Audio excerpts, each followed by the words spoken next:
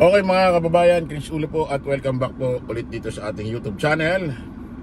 Okay mga kababayan, mga kanalis, pag-usapan ho natin ito hong anak ho ni Digong doon sa kanyang asawang isa dito sa kanyang common law wife na si Kitty Duterte.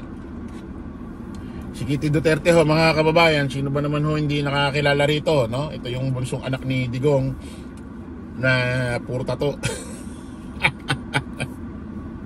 Oo, kung na parang waking bordado. Ito si Kitty Duterte, ito rin ho yung bastos ang bunganga na kung saan piniay minura ho itong si General Torre. Malakas ang loob kasi alam niya hindi siya papatulan, kaya minura niya ng ganon. Alam niya hindi siya papatulan siyempre babae. At ang technique kasi nitong mga ito, pati yung kanyang nanay na si Hanilet, tinitrigger or pinoprovoke silang saktan ng mga polis nung nakaraan para makasuhan nila, mademanda nila. Kaya hindi naman kumagat ho yung mga Philippine National Police, mga polisodo na kasama ni General Torre. Especially ito si General Torre, hindi ho nagpadala sa kanyang damdamin, hindi ho nagpadala sa kanyang emosyon, hindi ho pinatulan itong mga ito. Ngayon mga kababayan, ito ho kasi si Atty. Torion, yung abogado rin ho ni Kibuloy, habang nangyayari ho kasi yung komisyon na yon, nung isa-serve ng warrant of arrest si Digong, nagfile ho sila sa Korte Suprema petisyon para hindi ho mailabas ng bansa ito si Digong papuntang The Hague, Netherlands, sa ICC Court, dahil wala raw jurisdiction ng ICC. Kaya nga sabi ko nung mga nakaraan kaya pinagtatagal ni Digong yung komisyon, yung senaryo doon, umaasa silang makakapaglabas ng Korte Suprema ng desisyon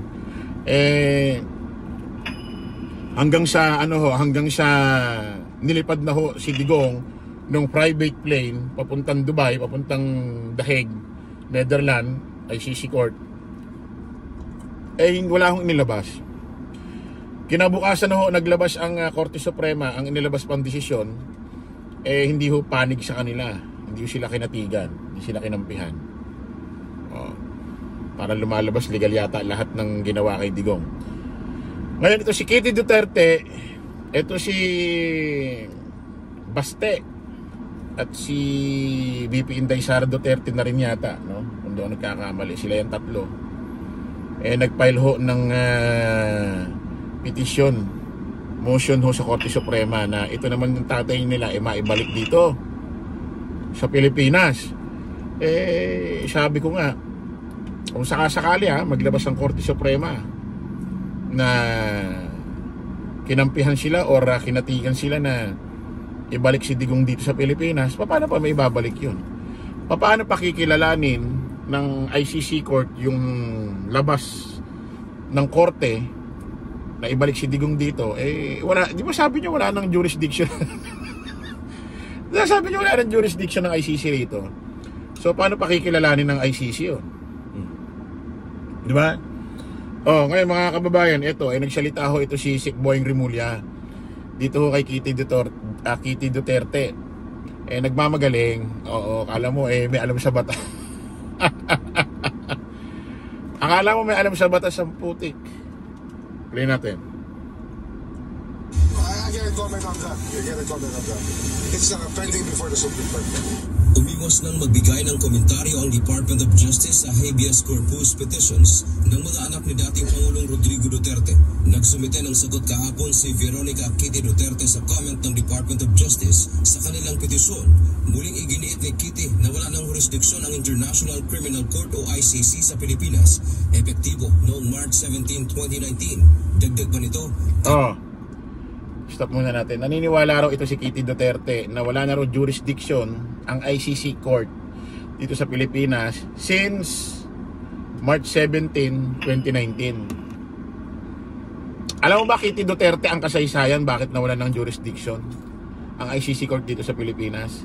Dahil sa tatay mo.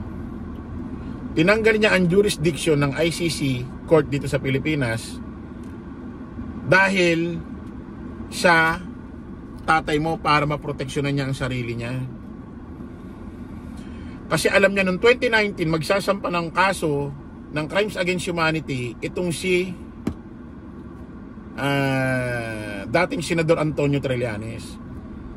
So ibig sabihin, tinanggal ng tatay mo ang jurisdiction ng ICC Court sa Pilipinas noong March 17, 2019 para sa sarili niyang kapakanan, para sa sarili niyang benefits, para maprotektahan niya ang sarili niya sa mga darating na panahon or taon pag wala na siya sa kanyang pagka-presidente, or maproteksyon na niya ang sarili niya habang siya nanunungkulan pa noong 2019 hanggang 2022. Alam mo ba, Kitty Duterte, para sa iyong kaalaman, nagsimula sumapi tayo sa ICC Court taon 2011. Tinanggal lang ng tatay mo ng 2019. Pero nung naupo ang tatay mo noong 2016 at nagaganap nangyayari ang war on drugs, extrajudicial killing, kasapi tayo dyan sa ICC Court.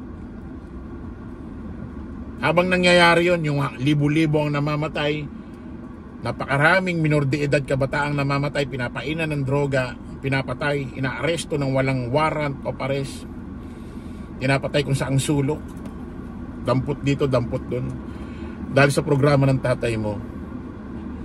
Kasapi pa tayo dyan. Tinanggal niya lang noong March 17, 2019 na sinasabi mo na petsa taon dahil nga sa sarili niyang kapakanan, dahil alam niyo magpapail na ng crimes against humanity na case si dating Senador Antonio Trillanes sa ICC Court noong 2019 din. Ngayon alam mo na. So ibig sabihin, natanggal ang jurisdiction ng ICC Court dito sa Pilipinas, tinanggal ng tatay mo ng may bahid na sariling kapakanan. Hindi maganda ang kulay. Sariling agenda. Naintindihan mo? Kahit nasa kustodiya na ngayon ng ICC ang kanilang ama, hindi moot o walang saysay ang kanilang petisyon ng kanyang mga kapatid. Giit niya, illegal itong ikinulong sa pamamagitan ng arrest warrant ng ICC na wala namang jurisdiction sa bansa. Kasama sa binanggit ni Kitty Duterte ang pagtanggi ng Office of the Solicitor General na maging abogado ng gobyerno ay patunay anya na illegal ang pag-aresto at ang paglipat sa dahig. Sabi naman ni Justice Secretary Crispin Remulla, sasagutin naman nila ito. Si Soljan kasi, mga kababayan, sabi ko nga sa inyo sa nangyari dito kay Digong, dito magkakaalamanan yung mga tao kung ano totoong mga kulay. Kasi alam ko si Soljan dati, inappoint yan dati ni Digong nung sa kanyang administrasyon dati. Siguro kailangan niyo nang mamili. Ayaw niyo ipagtanggol itong gobyernong ito. Wala namang problema. Marami naman sasalo dyan. Nandiyan naman ang Department of Justice. Nandiyan sila Sec Boying Remulla. Dapat nga rito mag-resign na ng kusa ito si Soljan diba? Kung niya nahintayin pa kasi ito baka maging rin ito maging Ribic Rodriguez din itong taong ito kapag ipag-uutos ng korte. I think we should respect the means and bounds by which we will hear the cases in the Supreme Court. So it's not good to comment on these matters. Dagdag pa ni Secretary Remulla na ipakita naman nila ang legal na batayan sa pag-aresto sa dating presidente. Naninindigan din itong walang abduction na nangyari na pinapalitaw ng Duterte camp. I think that we were pinapalabas kasi ng mga ibang kagrupo ni Digong, mga katropa niya, mga kaalyado niya, na kinidnap daw si Digong. Nanggaling na nga sa boses ni Robin Padilla sa kanyang bibig na si Digong, kahit alam niyang may warrant of arrest na siya dito, pinili niyang umuwi para harapin yung kaso. At si Digong lagi nananawagan sa mga press conference sa Congress, sa Senate na ICC, bilisan nyo, punta na kayo rito, arestuhin nyo na ako, haharapin ko yan. So parang naging kidnap yun. Meron bang kidnap na kusang sumama at gusto niyang maimbestigahan siya? At ito si Kitty Duterte, mga kababayan, choice pinili na ni Secretary Boying Remulla na wag na sagutin ito. itong si Kitty Duterte kasi kung tutuusin, wala naman sino ba ito para pansinin ni Sekboy Rimulya? Diba? Para pansinin ng gobyerno. Pa TikTok nga lang ito, bigla na lang sumulpot dyan. Kumbaga wala naman bilang ito Kumbaga nagpipiling may alam na lang ito. Ay nako. So yun po mga kababayan, kita-kita na lang ulit tayo sa panibagong live, panibagong vlog.